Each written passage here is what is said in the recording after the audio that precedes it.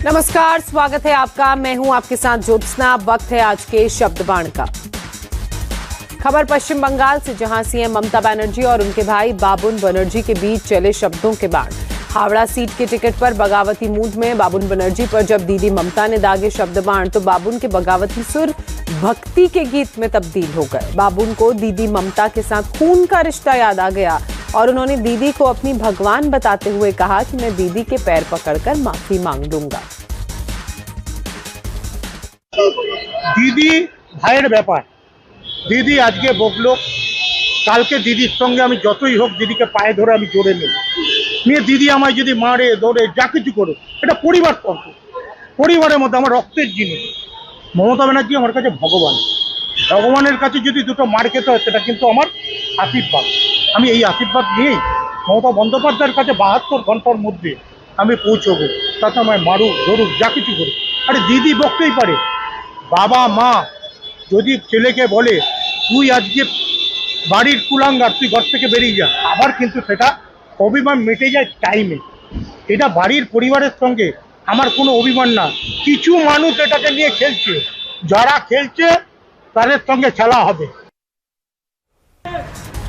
बाबुन की नाराजगी की खबर मिलते ही ममता बनर्जी भड़क गईं। उन्होंने भाई से सारे रिश्ते तोड़ने का ऐलान कर दिया और कहा जिस दिन से वो राजनीति में आई उन्होंने अपने परिवार से सारे रिश्ते नाते खत्म कर लिए थे।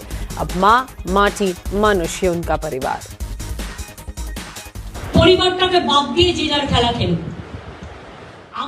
परिवार से अलग जिसको जो खेलना है खेलिए, वो हमारे परिवार का हिस्सा नहीं है। उनके साथ मैंने पूरी तरह संबंध खत्म कर दिया है, उसे अपने परिवार से बेदखल कर दिया है। हमारे रक्त संबंध वाला परिवार है, माँ माटी मानुष वाला परिवार है। जो कोई कहे कि मेरा भाई है तो उससे मेरा कोई संबंध नहीं है। अगर कोई अपना व्यक्तिगत परिचय देता है तो मुझे कोई मसला नहीं है। तो प्लीज दया कीजिए, हमारा नाम उनके साथ मत जोड़िए, क्योंकि हमने पूरी तरह से अपने आप को अलग कर लिया है। परिवार से हमारा कोई ताल्लुक नहीं है। मेरी पार्टी ने जिस प्रसून बनर्जी को टिकट दिया है वो ही हमारे कैंडिडेट हैं। बिहार में बीजेपी ने अलायंस पार्टनर्स के साथ सीट शेयरिंग का समझौता और फाइनल फॉर्मूला निकाल लिया है। एलजेपी रामविलास के नेता चिराग पासवान ने बीजेपी अध्यक्ष जेपी नड्डा से मुलाकात की। नड्डा से मिलने के बाद चिराग पासवान ने बताया कि बिहार में एनडीए की पार्टियों के बीच सीटों का बंटवारा हो गया है। बिहार में उनकी पार्टी को कितनी सीटें मिलेंगी ये भी तय हो गया है।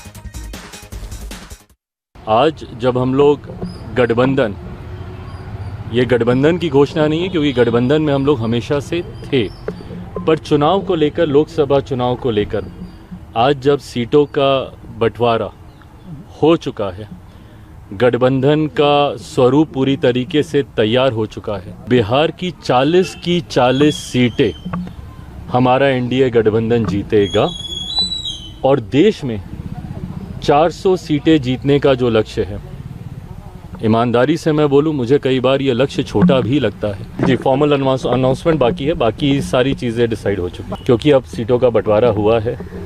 और बहुत खूबसूरती से आपने प्रश्न पूछा था कि पता चल जाए कि मेरे पास कौन कौन सी सीटें हैं। बट हाँ, जो भी सीटें लोक जनशक्ति पार्टी रामविलास के पास आई हैं उनमें कौन प्रत्याशी होगा ये पार्टी बैठकर इसका फैसला लेगी। पार्टी का संसदीय बोर्ड इसका फैसला लेगा और वो भी मुझे लगता है it's just a matter of time, because अब अधिसूचना मुझे लगता है जल्द आएगी, तो बहुत जल्द ये सारी बातें भी साझा की।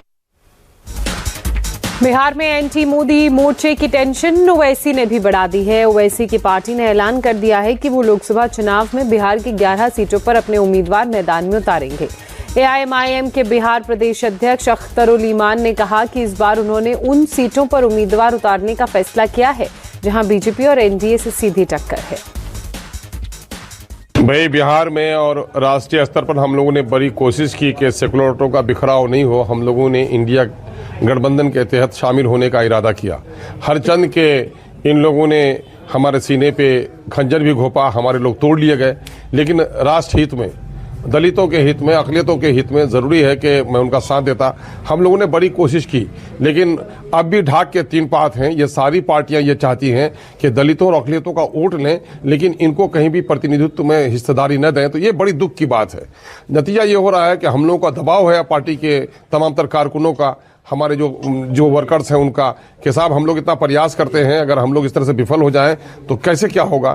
तो हम लोगों ने 11 सीटों पर बिहार में लड़ने का फैसला किया है।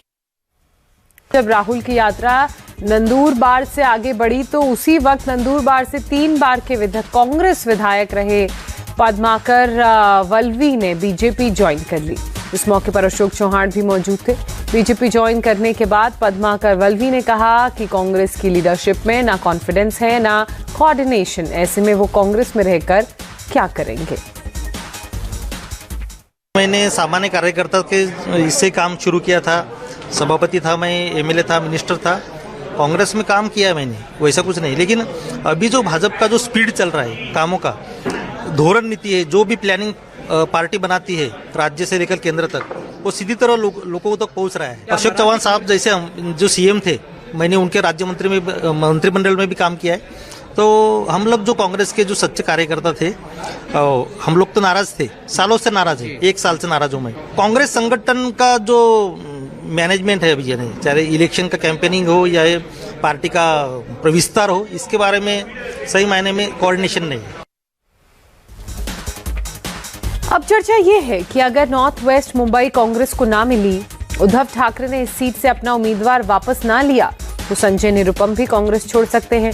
बावनकुले और अशोक चौहान दोनों ने कहा है कि कांग्रेस के बहुत से नेता बीजेपी में आना चाहते हैं, बस सही वक्त का इंतजार है। अगर संजय निरुपम भी आना चाहेंगे तो उनका स्वागत किया जाएगा। देश का रुझान जब भाजपा के साथ है, देश जब प्रधानमंत्री मोदी जी के नेतृत्व में आने की इच्छा रखता है, तो स्वाभाविक है कि बहुत बड़े पैमाने पे लोग आएंगे। आने वाले समय में आप देखोगे बहुत बड़ा परिवर्तन पूरे देश में ही होगा। काफ़ी लोगों को दिलचस्पी है कि भाजपा के साथ जुड़े रहे और देश के विकास में शामिल हो। हम लोगों ने लोगों पे छोड़ा है कि वो फैसला करें उनके लिए क्या उचित लगता है, तो उसके अनुसार मुझे लगता है कि लोग वक्त भरे ले रहे हैं, आने की इच्छा है। संजय निरुपम आपके संपर्क में है क्या? चर्चा है कि भारतीय जाना चाहते हैं? उनको पहले से ही जानता हूँ, मेरे उनके अच्छे ताल्लुकात हैं। मुझे ऐसा कोई लगता नहीं है कि फैसला उनको करना है, मुझे आइडिया नहीं है उनके मेरी कुछ इस विषय में बात राजनीतिक चर्चा नहीं। बीजेपी के आरोपों का जवाब विजय वडेट्टीवार ने दिया। उन्होंने आरोप लगाया कि बीजेपी गुमराह करके, डरा धमका के दूसरी पार्टियों के नेताओं को तोड़ रही है, लेकिन बीजेपी के अंदर जितनी भीड़ बढ़ेगी उतना ही घमासान मचेगा। वडेट्टीवार ने कहा कि बीजेपी कितनी भी तोड़फोड़ कर ले, कितने भी नेताओं को अपने साथ ले जाए, लेकिन महाराष्ट्र की जनता उनके साथ है। अब तुम तोड़ने की जो कोशिश कर रहे हो, गुमराह करके लोगों को या कुछ आश्वासित करके, कुछ एजेंसियों का धाक देकर, तो मैं ये कहता हूँ कि अभी मैंने एक एग्जांपल दिया था। अब घर के अंदर में ज़्यादा गर्दी होगी तो एक तो घर डिस्टर्ब होता है, या घर के अंदर में वो अपन मराठी म्हणतो ना, वो चेंगरा चेंगरी होईल, वो तो होगा ही, एक दूसरे पे ला देंगे। तो ये स्थिति आज इन सरकार ये इनकी है। कितना भी लोगों को लेके जाएंगे तो जनता नहीं जाने वाली है, कितने भी नेताओं को ये लेके जाएंगे, जनता हमारे साथ में है। हालांकि राहुल गांधी को इस बात से कोई फर्क नहीं पड़ता कि कौन कौन पार्टी छोड़कर जा रहा है। 2 महीने से चल रही यात्रा 17 मार्च को मुंबई के शिवाजी पार्क में रैली के साथ समाप्त हो जाएगी। राहुल गांधी ने कहा कि मोदी ने तो रिजर्वेशन के नाम पर महिलाओं को झुंझुना थमाया। राहुल ने वादा किया कि अगर कांग्रेस सरकार में आई तो वो तुरंत महिला आरक्षण बिल लागू करेंगे। नरेंद्र मोदी जी ने धूमधाम से लोकसभा में आरक्षण दिया, पटाखे फोड़े, डांस गाना हुआ, और फिर आपको बताया जाता है कि देखिए सर्वे के बाद आपको आरक्षण दिया जाएगा। सर्वे कब होगा? 10 साल के बाद। तो धूमधाम कर दिया, पार्लियामेंट में भाषण दे दिया, मगर आपको आरक्षण 10 साल बाद मिलेगा।